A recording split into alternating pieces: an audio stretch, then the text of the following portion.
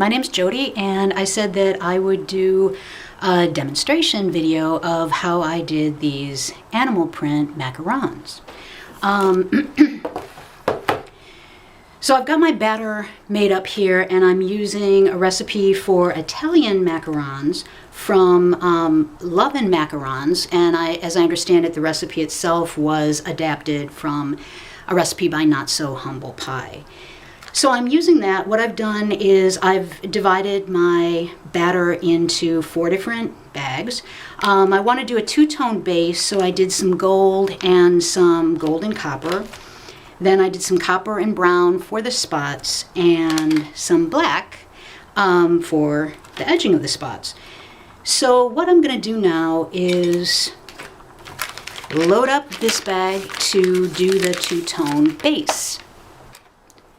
Okay, so I have my piping bag loaded up with the two-toned gold and copper that I'm going to use as the base for these spots. And then I'm going to fill in with the other colors. It's helpful, again, to have a plate to make sure if these start leaking. And basically what I started doing macarons about 3 weeks ago, and seeing the two-tone applications and the videos online for that, I wondered about using a technique that I've used quite a lot with royal icing for cookies, for projects and whatnot, where it's a wet-on-wet design. So that's basically what this is inspired by. So normally when I do this, I pipe maybe 5 bases and then come in with whatever design that I'm doing. So I will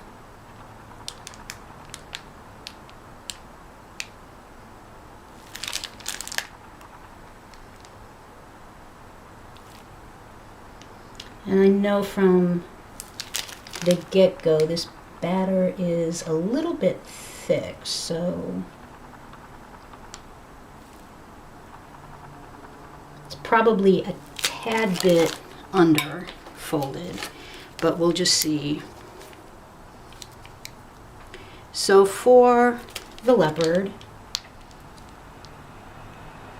it's basically putting down different size spots.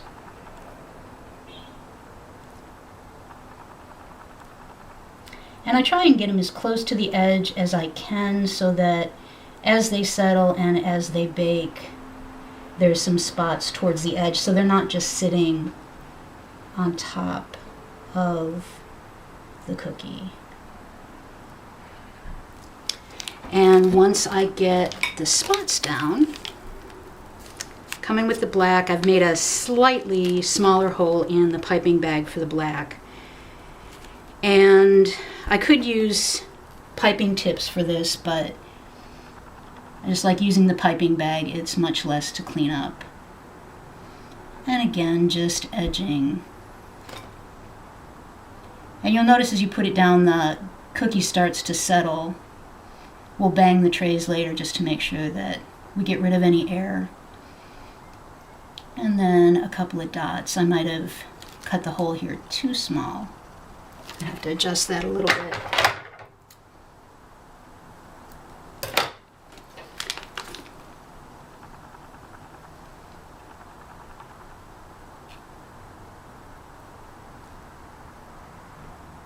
Like so. And my black is actually a little bit gray at this point. If it sits for a while, it darkens up. I just try and like to try to use as little of the black as I can. So these right now look a little gray. They'll probably darken up a little bit as they rest and cook.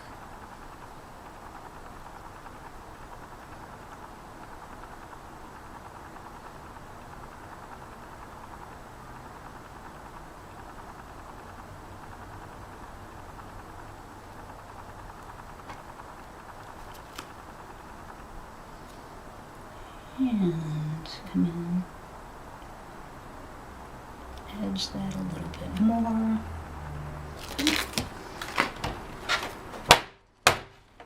For the giraffe, same kind of principle, only more squares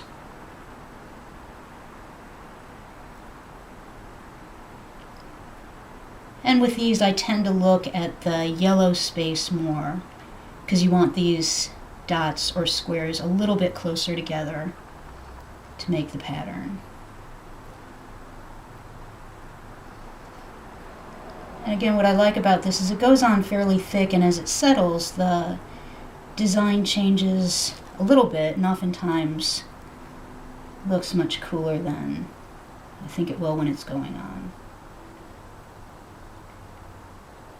Again, my consistency is a little bit thick here. Okay, I realized in the process of doing that my memory card, or my camera got full. So I've got this one tray done. What I'm going to do now is finish up the rest of the batter on another tray.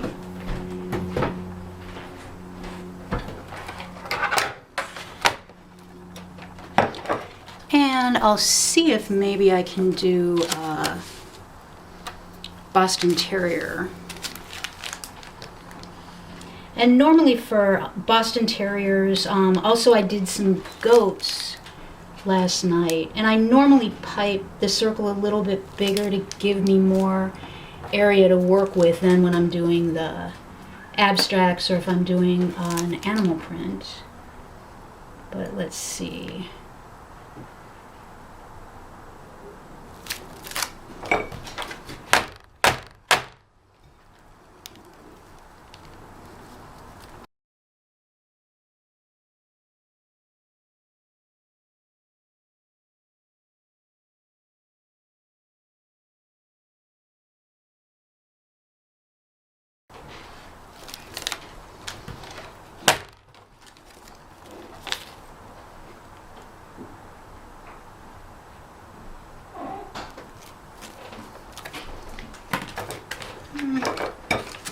Not stellar. I'll just leave it.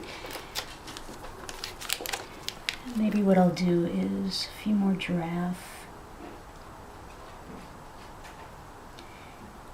And I really don't go to any efforts to portion this out, the colors out according to what I think I'm going to need. And what I do with anything extra that I have left over, like if I run out of base, I just take the other colors and make some abstracts. And with those, oftentimes they're cooler than the designs that I'm trying to do. But also what I can do is use those as the backing of one of the cookies that I like better. Like when I did the goats, or when I did the Boston Terriers, I might have had a lot that I really liked and I wanted that to be on the front of the cookie, and the abstract bases can be a great way to sandwich a cookie together and have more faces that you enjoy. So what I'm going to do is just finish up these bases really quickly.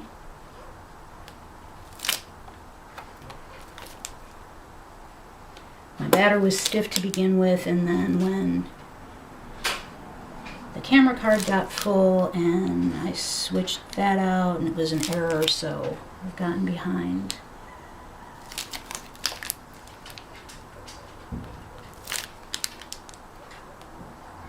And again, normally I'll just do 5 or 6 of these bases before I put the design on, but at this point I don't want the batter to get any more stiff than it already is. So let's go in, and I guess I'll have a lot of giraffes this time.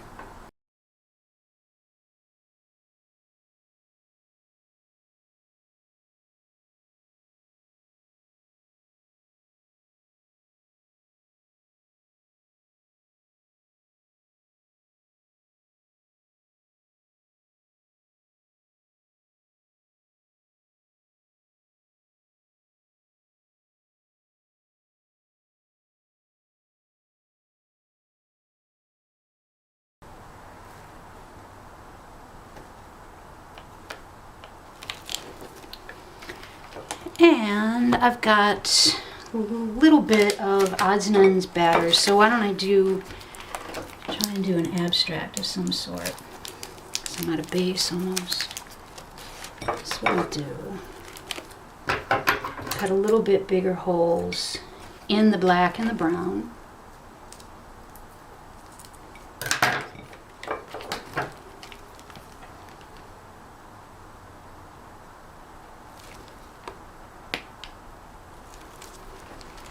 And again, the idea here is just not to waste batter if these come out super, if not. So,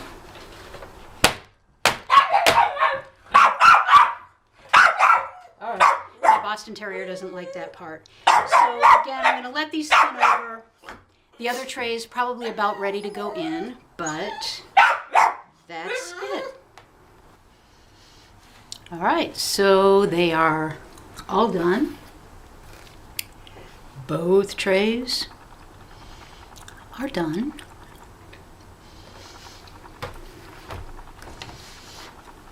And I realized with the technical difficulties I was having earlier, I didn't talk about, or I didn't capture the piping of the tiger, which again isn't great. I'm more leopard and giraffe, but again the idea is thicker stripes towards the end, coming in thinner to the middle on both sides.